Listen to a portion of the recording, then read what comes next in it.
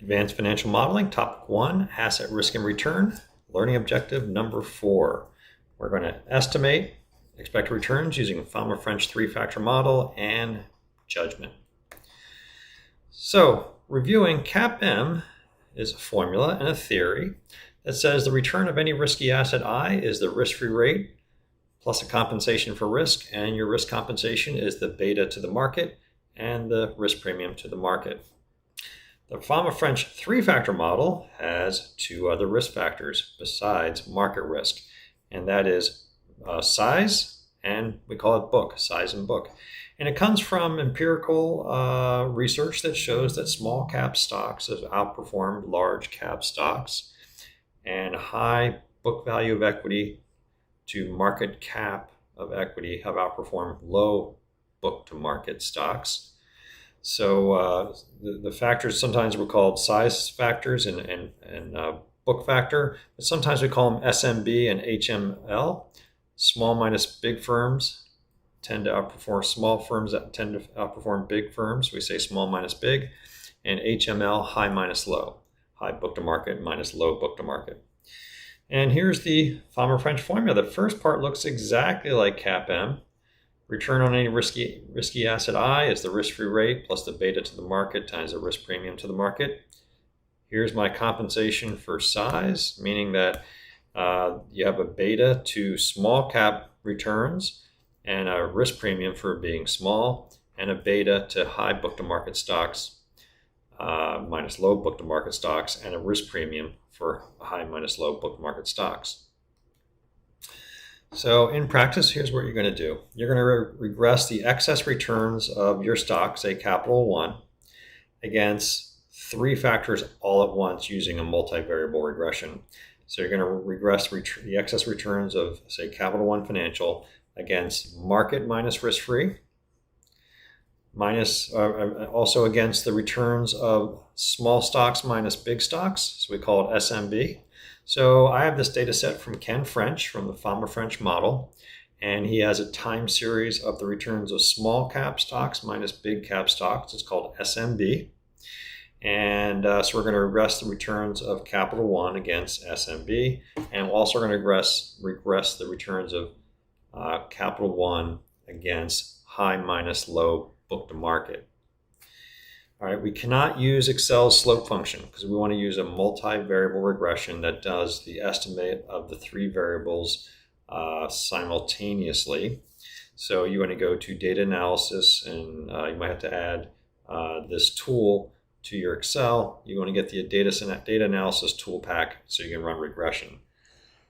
A technical note, the Fama-French implementation we're going to use assumed that the risk-free rate was the current T-bill rate. So we're going to use that for this implementation and not use the 10-year Treasury note that we use for CAPM. And what I'm going to use for this implementation of the model, I need 3 betas. We're going to do that by running a regression, but I also need 3 risk premiums. The 3 risk premiums I'm going to use the 3 historical risk premiums that I got from the Ken French website. In other words, what is the historical return of the stock market minus T-bills? That's the market risk premium. What is the return on small stocks minus big stocks over the time series? And what is high minus low? So we are going to go ahead and calculate our excess returns, then run a regression. So let's go to the spreadsheet. Notice I have a Fama-French worksheet, but that's just a data sheet. I'm not going to do any work in there, but this is where I downloaded the Fama-French data set of market, small minus big, high minus low, and the T-bill rates, RF. But I have them here under our main topic 1 workbook.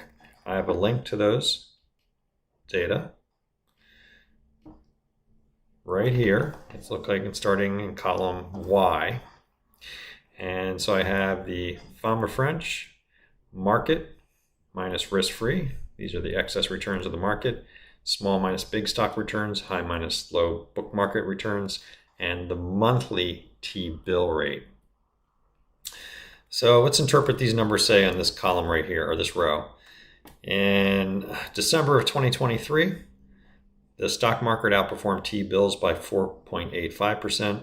Small stocks outperformed large stocks by 6%. And high book-to-market stocks outperformed low book-to-market stocks by 4.93%. And I also have summarized these three columns, by the way, the average over here. If I come up here to the top, I have the average annualized returns for market minus risk-free. Here's the average returns for size and book. So how I interpret this is, on average, the stock market returns 8% over T-bills. On average, small stocks outperform large stocks by 2%, and on average, high book to market have outperformed low book to market by 4%, and the current T-bill rate annualized is 5%. Okay. Notice these are links to this detailed data set in which I made the calculations over here by annualizing those monthly returns. Okay, so going back to my topic, I'm going to calculate my excess returns.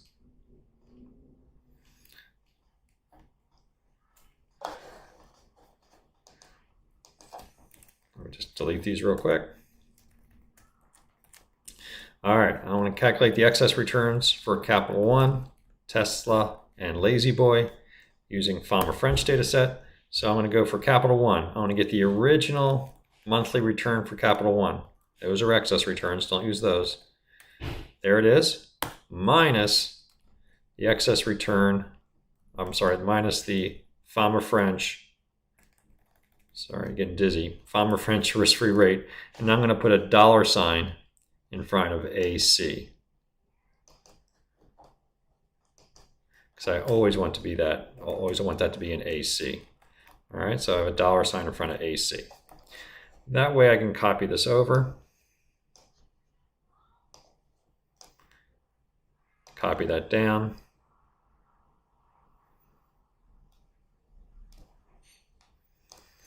So now I have my excess returns for Capital One, Tesla, and La-Z-Boy. I now want to run a regression. I'll have to do each one of these separately. I've already done this last two for you, so we'll just do this one together. Capital One, I want to regress these returns against these three risk factors simultaneously. So I'm going to go to Data, Data Analysis. I'm going to select Regression. I'm going to put where it says Y variable. I want to put in AE33 to AE150. Let's take a look at that data.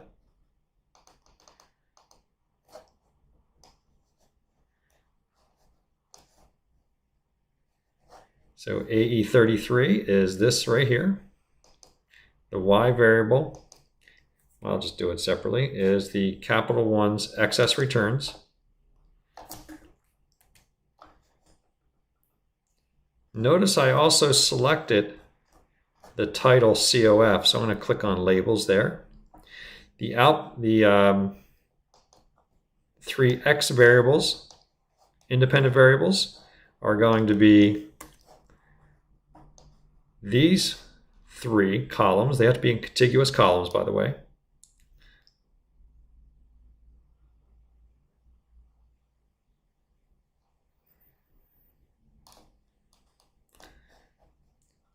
And then I'm going to click where the output goes. If you leave it blank, it'll just put it in a new workbook.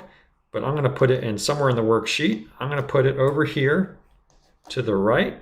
I'm going to select here, and I'm going to put it here at AT35. It's going to just replace this area here. And so I'm regressing Capital One's excess returns against the market, SMB, and HML. And I'm going to put it in AT35, hit OK, hit OK.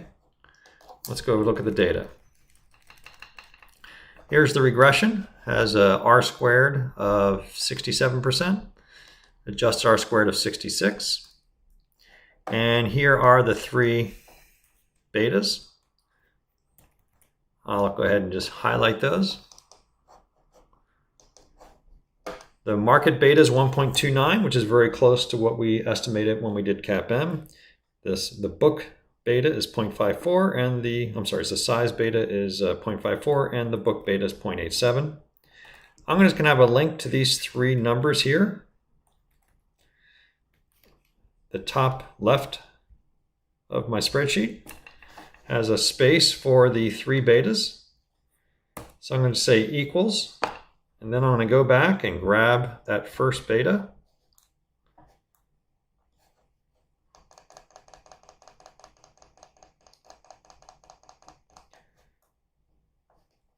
Select that, looks like it's AU52. And then I should be able to just copy down. So here are my three betas for Capital One. Notice I've already done it for you for Tesla and for Lazy Boy. And now we have three betas. We have three risk premiums, and we have the current annualized risk-free rate. So now I can come over here and do the the Fama-French expected return. It's going to be the current T-bill rate, anchor it. Notice when I selected that cell, I hit F4. If you've selected a range or a cell and hit F4 on your computer, or Command 4 for a Mac, it automatically puts dollar signs in front of the row and the column. Plus, I'm going to multiply the first beta, market beta, times the market risk premium, anchor the market risk premium, plus the size beta times the size risk premium, anchor that size risk premium, plus the book beta times the book risk premium, anchoring all the risk premiums and the risk-free rate. And it says, according to the Fama-French model, you should expect a 20% return. Copy that across. And there we have it.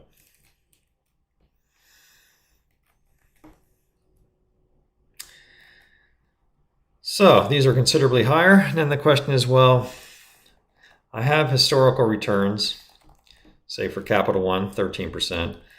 I have a CAPM return of 13.5. CAPM using the implied risk premium of 10.97. But then Fama-French says 20%. The question is, what do I actually use? Well, in finance, you're going to always have to use judgment. You're going to have multiple models. You're going to have different data. Also, I want to point out that when I looked at the data, let's look at the final adjustments. It looks like Capital One's betas have been declining recently, and Tesla's beta has been declining, but Lazy Boy's been increasing. Maybe Lazy Boy has more debt recently. I don't know. So you're going to require some judgment. So here's what I'm going to do. I'm just going to say, 11% is CAPM, 11% is CAPM using the implied risk premium. It's 13 using the historical risk premium. They've been running 13. Fama-French uses more. I'm just going to say 11. Basically, what I'm doing is I'm kind of throwing out the Fama-French model. In practice, my impression is CAPM tends to be the standard model. And Fama-French, the data I've been looking at, those risk premiums in the last 10 or 20 years have not been positive as they have been in the past. So maybe Fama-French has kind of lost some favor, at least in my mind. So I'm going to use final judgment. For Capital One, I'm going to use 11%. Tesla, 12.5%. Lazy Boy, 10.5%. EFA, and then I'm done. All right, so all models require, and estimations require some judgment. Otherwise, it would all be done by AI at this point. So that's good news. So in this topic, we did Fama-French model, the advantages of Fama-French. It gives you a high R squared compared to, say, CAPM, because there's three variables, not one. And it does account for the historical correlations between returns and firm size and book to market, although that relationship seems to have been broken down a bit. The disadvantage is we're really not sure why small firms outperform large firms or high book to market outperform low book to market. So that's not good. Also, it creates something we call model risk.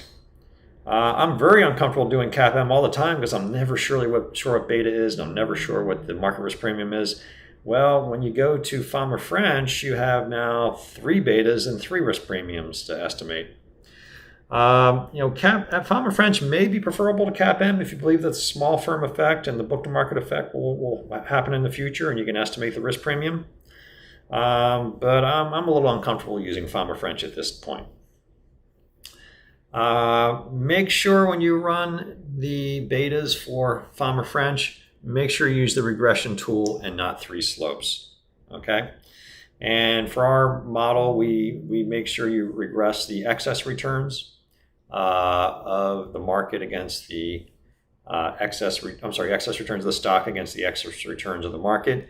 You don't have to subtract the risk-free rate from SMB and from HML, the size and book. There are already differences. And make sure you use the current annualized T-bill rate as your risk-free rate. All right? Make sure you don't just use the monthly rate. So that's the Fama-French model. Again, and there's our final results. And so the next topic, we're going to start estimating the risk of these 3 assets.